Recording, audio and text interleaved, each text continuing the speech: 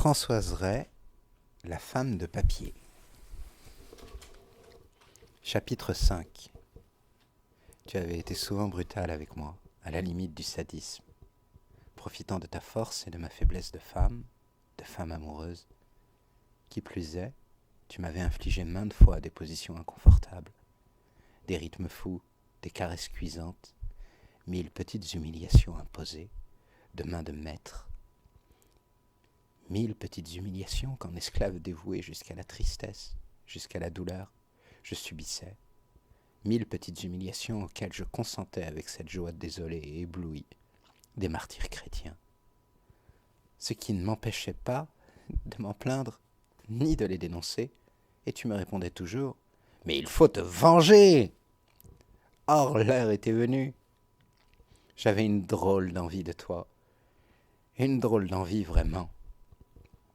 J'ai dit « C'est aujourd'hui que je me venge, tu vas payer !» Tu as eu le tort de répondre « Si tu veux tout ce que tu veux ». Tu n'aurais jamais dû. Il fallait d'abord que tu acceptes les règles du jeu, absolument, sans condition, et une fois pour toutes, car je connaissais tes promesses fallacieuses.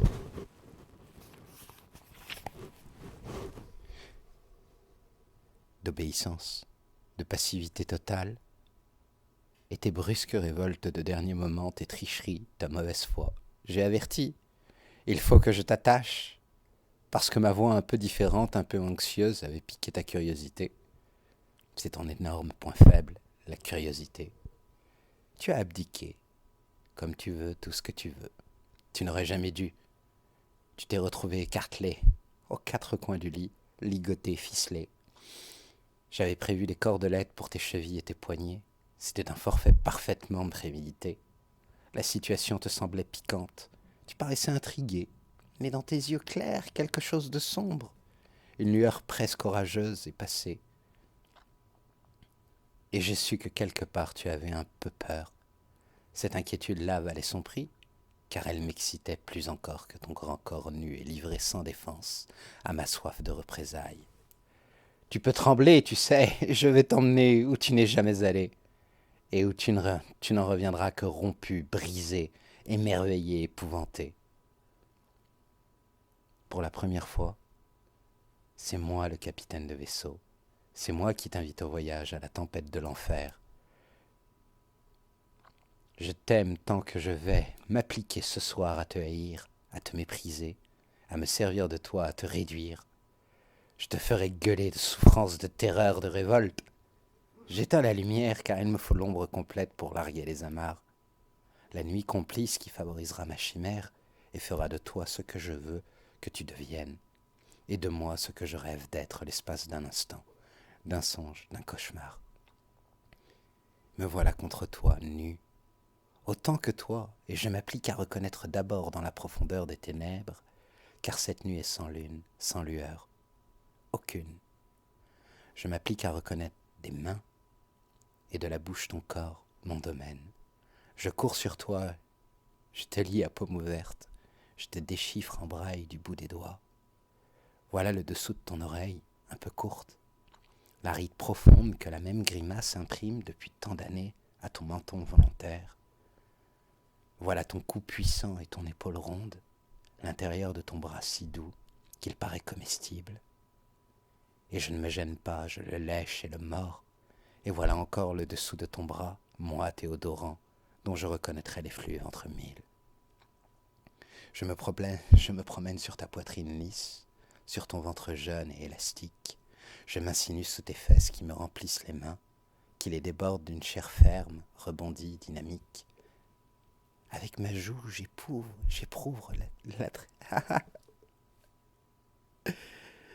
la tiédeur de ton pubis, sombre végétation crépue et déjà barrée par ta queue, qui tressaute sur mon visage. Comme tu bandes vite, bien et fort. C'est parfait, il faut aujourd'hui que tu bandes désespérément. Comme jamais, que tu bandes comme on danse, comme on souffre, comme on prie, comme on crie. Du dos de la main, je flatte tes cuisses, longues et musclées, laineuses et douces comme deux beaux animaux racés. Je les dessine, je les recrée, et les frissons que je te procure t'arrachent de petits gémissements de volupté. C'est bien. Distinct, tu sais me plaire, et ce que j'attends de toi. Sois très attentif, écoute tout ce que j'ai à te dire, ce que mes mains qui te cherchent dans l'ombre, ce que mes ongles qui t'égratignent un peu, ce que ma bouche vont te raconter. C'est une histoire terrible. Il était une fois un homme qui se plaignait doucement parce qu'il était heureux. Dans le noir, quelqu'un de patient, quelqu'un d'habile, de démoniaque le caressait avec génie, comme on touche une œuvre d'art, un tableau de maître, un meuble de luxe, un fruit velouté.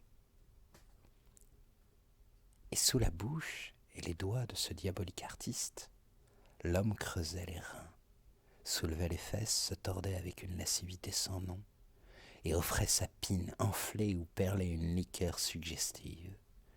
Il se mit à geindre plus haut lorsqu'il sentit qu'on lui léchait les couilles, d'une langue follement inspirée, une langue très chaude, très souple, mais aussi pointue parfois, une langue très mouillée, très enveloppante, imprévisible, savante, inespérée.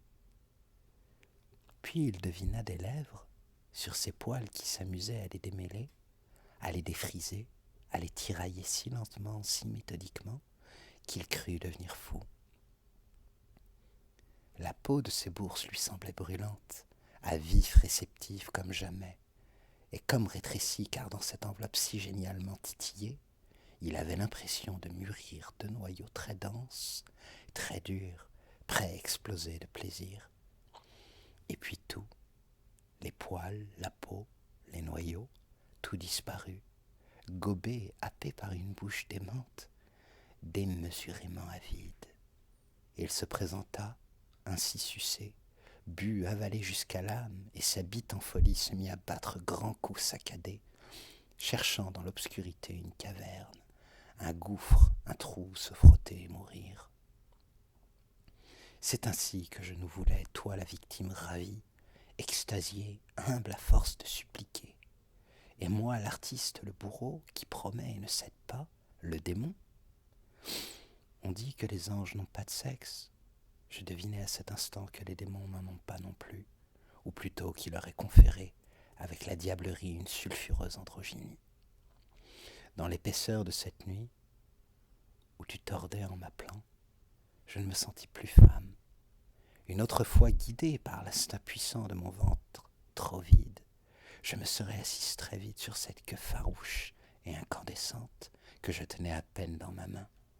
Et même attaché, tu serais resté le mal, celui qui agresse et pénètre, celui qui envahit tout, le bras qui profane et la bouche qui crache, et moi-même sur toi, même libre de mes mouvements, j'aurais été une fois de plus la femelle, le vide à combler, le trou qu'on remplit, la bouche qu'on force et qu'on abreuve. Cependant, ce soir-là, j'ignorais mes organes et ma féminité. Mon ventre ne battait pas la chamade, n'attendait pas tes coups de boutoir, ne frémissait pas du désir de t'avaler. Mon corps tout entier avait disparu. J'étais sorcière, ou plutôt sorcier. Envoler mes contours trop doux, trop flous, effacer les rondeurs de mes seins et de mes hanches, anéanti les pulsions de cette conque marine au bas de mon ventre, qui vit et respire et mouille comme une moule.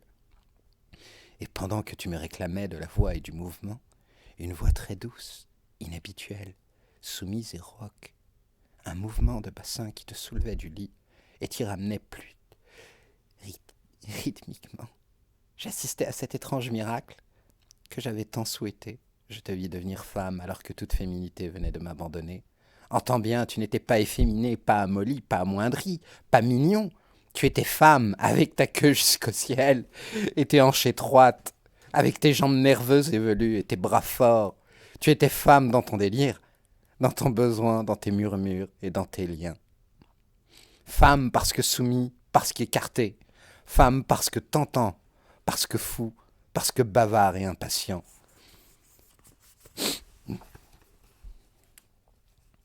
Tu étais femme à la façon des grands guerriers d'Hannibal. Stop, c'est mon tour.